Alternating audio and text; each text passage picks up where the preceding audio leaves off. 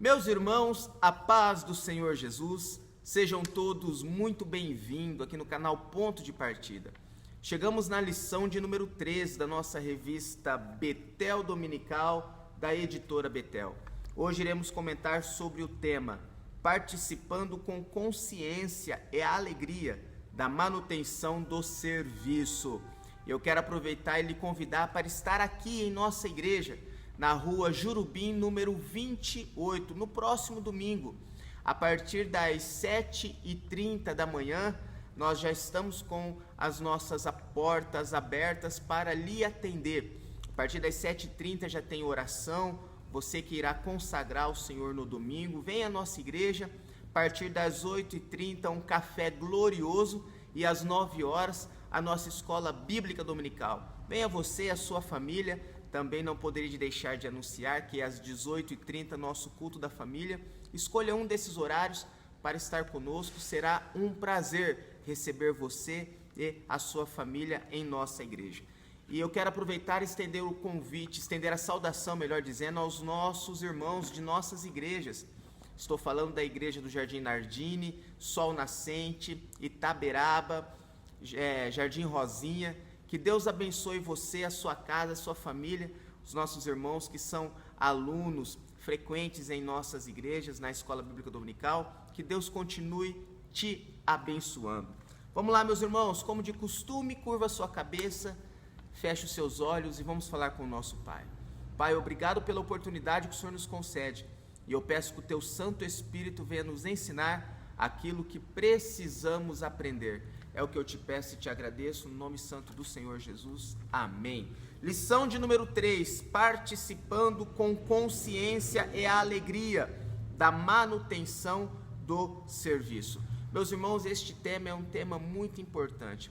Existem algumas pessoas que são chamadas por Deus para cuidar da igreja, para cuidar da manutenção do templo, da casa de Deus, do templo da igreja.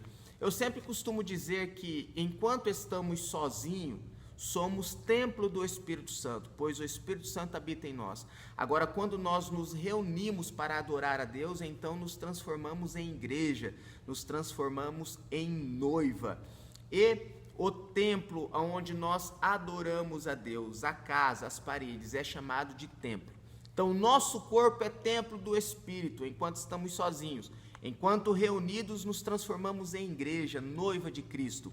E o local onde nós adoramos a Deus é o templo, a igreja, né, as paredes. Então, quando se trata do templo em si, agora eu me referindo à igreja, às 4 paredes, existem pessoas que têm um chamado específico para cuidar do templo, da manutenção, pessoas ao qual Deus destina recursos.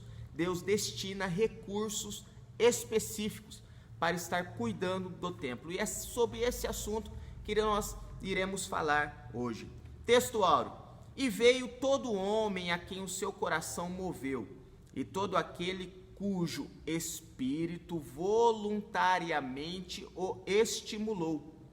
E trouxeram a oferta alçada ao Senhor para a obra da tenda da congregação, e para todo o seu serviço, e para os vestidos santos. Êxodo 35, 21. Aqui, meus irmãos, foi quando Deus diz a Moisés para que construa a tenda. Depois nós vamos falar sobre o tabernáculo e subsequente sobre o templo. Mas assim que o povo de Israel sai do Egito, o local onde eles buscavam a presença de Deus primeiro foi na tenda.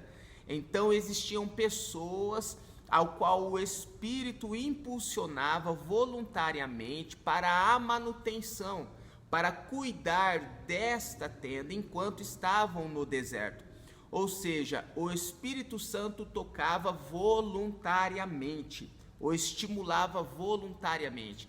Por isso eu digo que existem pessoas que têm um chamado específico para cuidar da igreja. Essas pessoas, elas não contribuem esperando algo de Deus, não é uma barganha, mas faz voluntariamente, com o coração aquecido, com um coração voluntário, sem esperar receber nada. E esse, meu irmão, este é o cerne, esse é o conceito da oferta.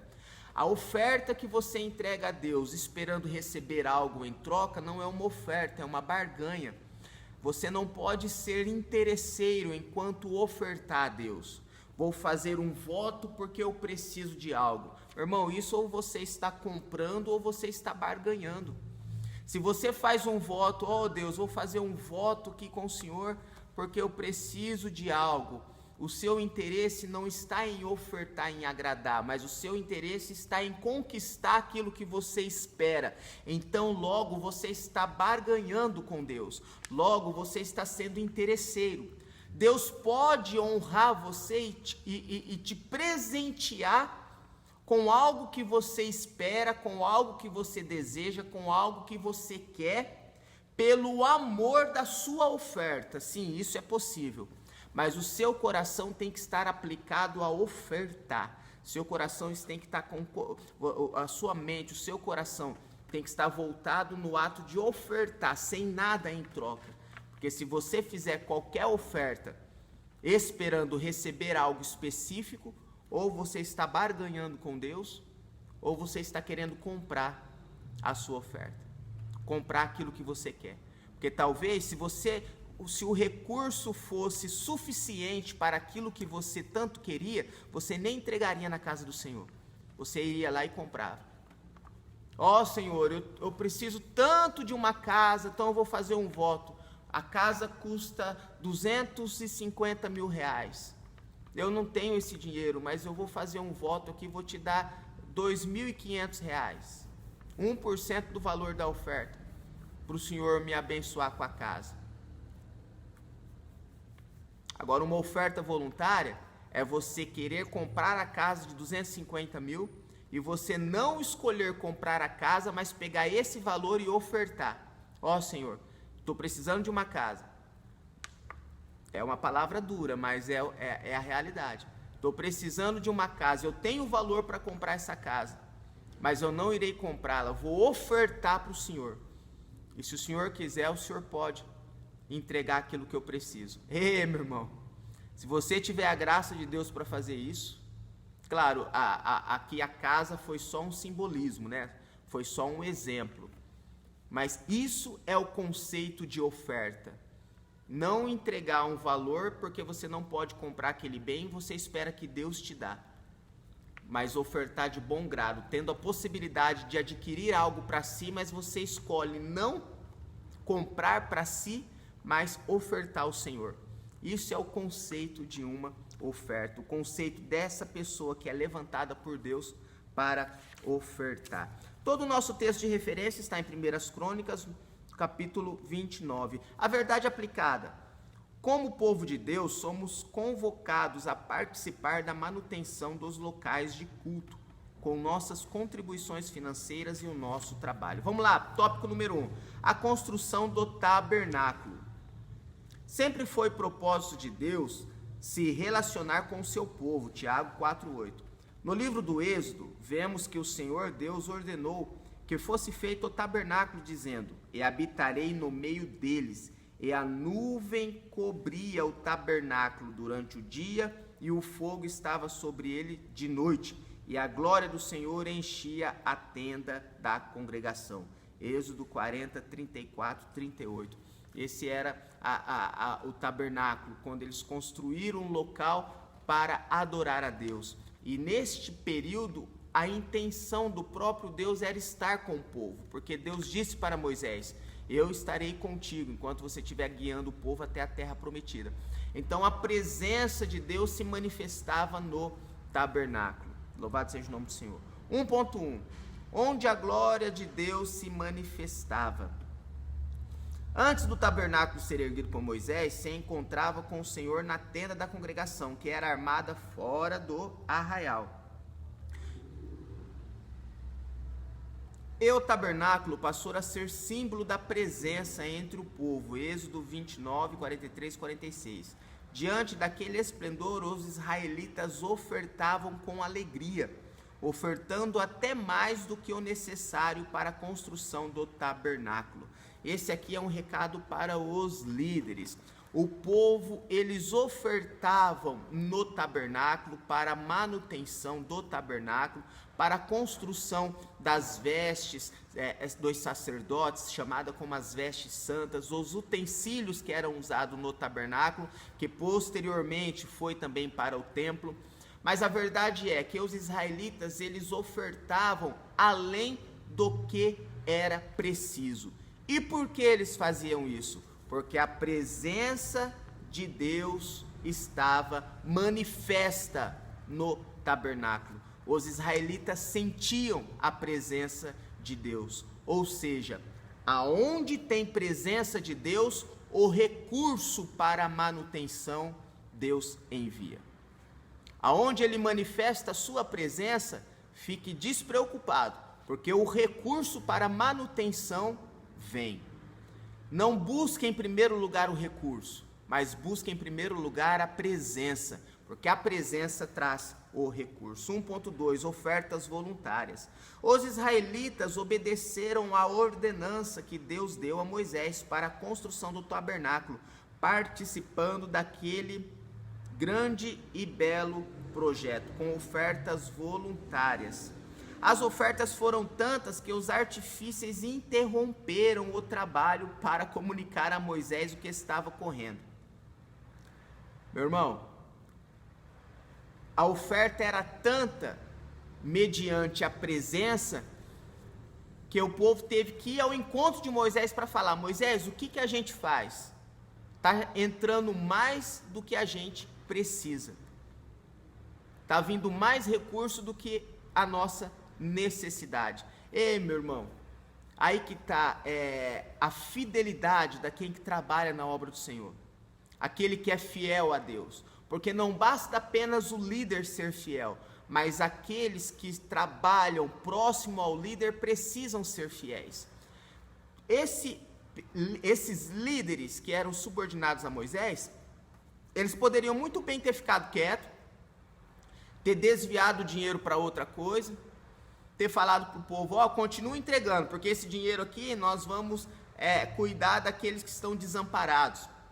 Esse dinheiro aqui vai para assistência social. Esse dinheiro aqui vai para a reserva do templo. Esse dinheiro aqui vai para a reserva para a construção do próximo templo.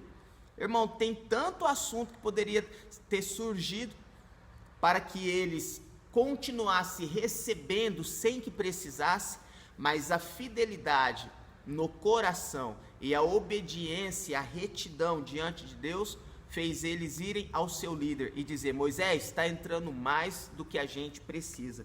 E aqui 1.3, a alegria em contribuir.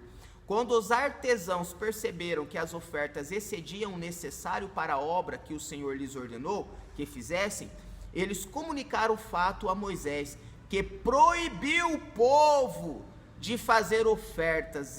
Êxodo 36, 5, 6. Aqui está o exemplo de um líder reto, fiel e obediente.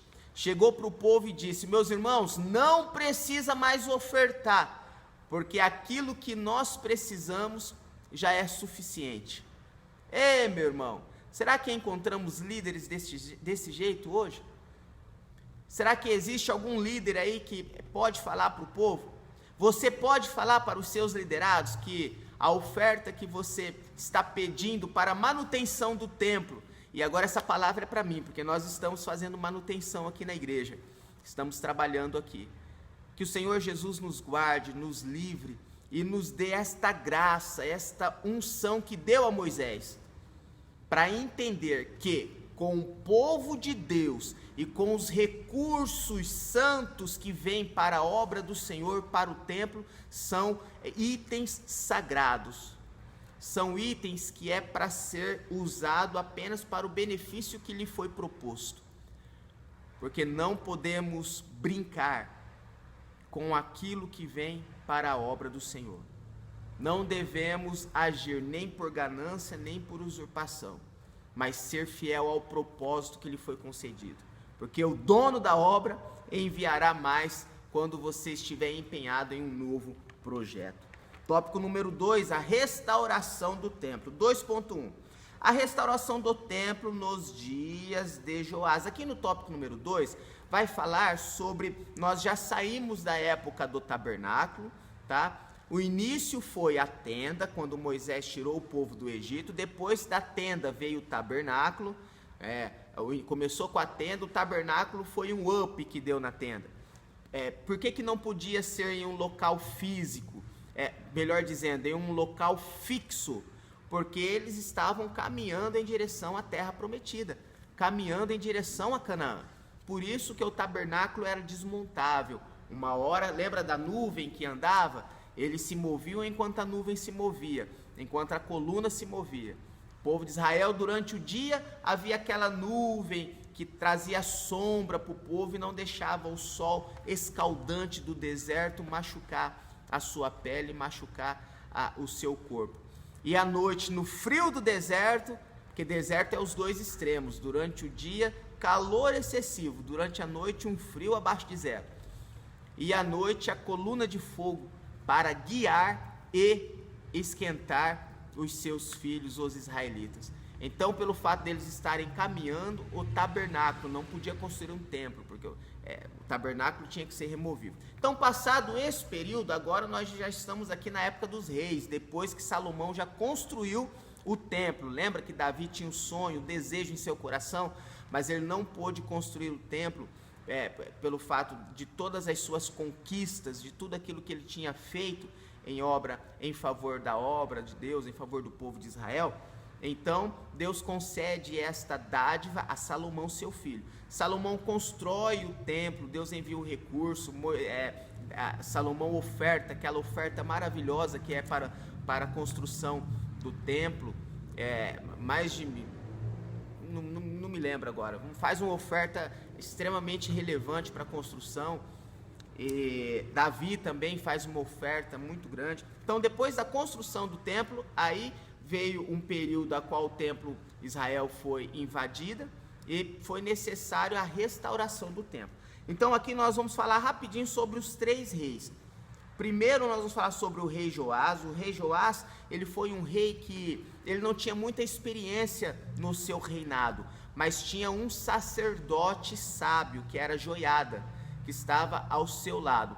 Embora Joás não tinha tanta experiência, mas ele foi sábio em se aproximar de um grande homem de Deus, pedir os seus conselhos ao sacerdote Joiada. Então o sacerdote uns falam Joiada, outros falam Joiadá. O sacerdote induziu Joás à construção e à restauração do templo. No tópico número 2.2 vai falar do rei Ezequias. O rei Ezequias foi aquele que trouxe novamente a adoração. Além dele restaurar o templo, ele convocou o povo à adoração. Nesse período do rei Ezequias, o povo israelita estava adorando Baal com muita intensidade. Baal estava no centro da adoração, pelo fato do seu pai ter saído fora dos caminhos do Senhor. Então o rei Ezequias restabelece novamente a adoração ao povo de Israel, restaurando o templo. E o 2.3, inclusive, traz um grande avivamento do povo de Israel. E no tópico 2.3 vai falar do rei Josias. Nesse período do rei Josias, o rei Josias, além de restaurar o templo também, ele trouxe o genuíno arrependimento. Ele conclamou o povo a se arrepender dos seus maus caminhos e buscar a Deus através do arrependimento. E isso lhe proporcionou um grande avivamento nos seus dias. Tópico número 3, o cuidado com a casa de Deus, o chamado de muitos. Muitos irmãos compreendem que o templo é um espaço de oração e celebração. Portanto, precisa de cuidados para favorecer a reunião daqueles que buscam o exercício da fé. Por isso que eu disse, meus irmãos, que alguns são chamados pelo Espírito para cuidar da casa de Deus. Esse cuidar não é apenas com recurso, mas cuidar com os seus serviços, cuidar com a sua competência, cuidar com aquilo que ele pode oferecer para o benefício na obra do Senhor. O que você faz de bom? O que você sabe fazer? Qual a sua competência? Qual é o dom que Deus te deu e qual a unção que prevalece na sua vida enquanto você está na casa do Senhor? Use isso em prol do reino, use isso em benefício. Se o Espírito Santo aquece o seu coração a ofertar a Deus, procure o tesoureiro da sua igreja e diga a ele, meu irmão, eu quero ofertar, e essa oferta que é exclusiva para esse departamento, é exclusivo para essa obra, você tem todo o direito.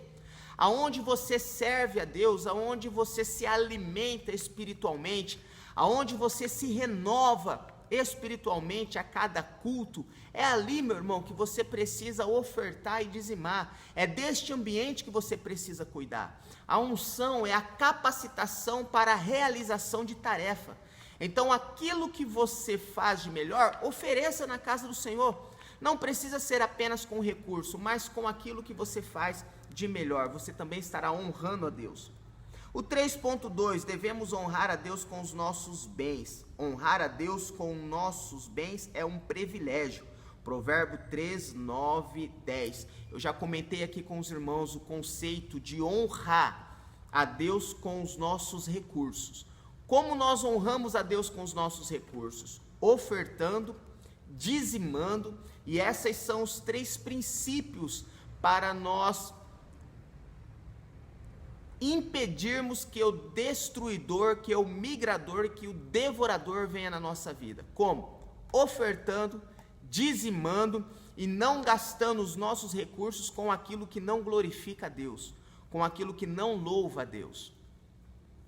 Se você gasta o seu recurso com algo que não louva a Deus, isto é uma porta, é uma brecha que você abre para que um desses 3 inimigos venha sobre as suas finanças. Cuide da sua família. Cuidar da sua família, você está honrando a Deus? Está honrando a Deus. Não deixar faltar o que comer, o que beber, o que vestir, e suprindo a necessidade da sua família com lazer, com as necessidades básicas, com aquilo que cabe um homem fazer, e agora eu estou falando para os homens, que é o provedor do seu lar. Meu irmão, tudo isso, você está honrando a Deus. Não deixe que um desses 3 princípios venham quebrar, para que você tenha uma vida, continue tendo uma vida de prosperidade financeira. E o 3.3 vai falar, o cuidado com a casa de Deus reflete quem somos. Eu sempre costumo, dizer a alguns amigos que quando nós chegamos em alguma igreja, ou falamos e vemos o desempenho de algum departamento, nós logo conseguimos remeter isso ao seu líder. Ou seja, o redil, ele reflete o pastor. O departamento reflete ao seu líder. Olhe para o departamento, você vai conhecer o desempenho que o líder tem. Olhe para o redil, ao qual está as ovelhas que pertencem ao sumo pastor, e você vai saber como o amigo do noivo cuida do redil que lhe foi confiado. Deus abençoe você, a sua casa, a sua família, e até a nossa próxima pré-aula, querendo Deus, Deus te abençoe.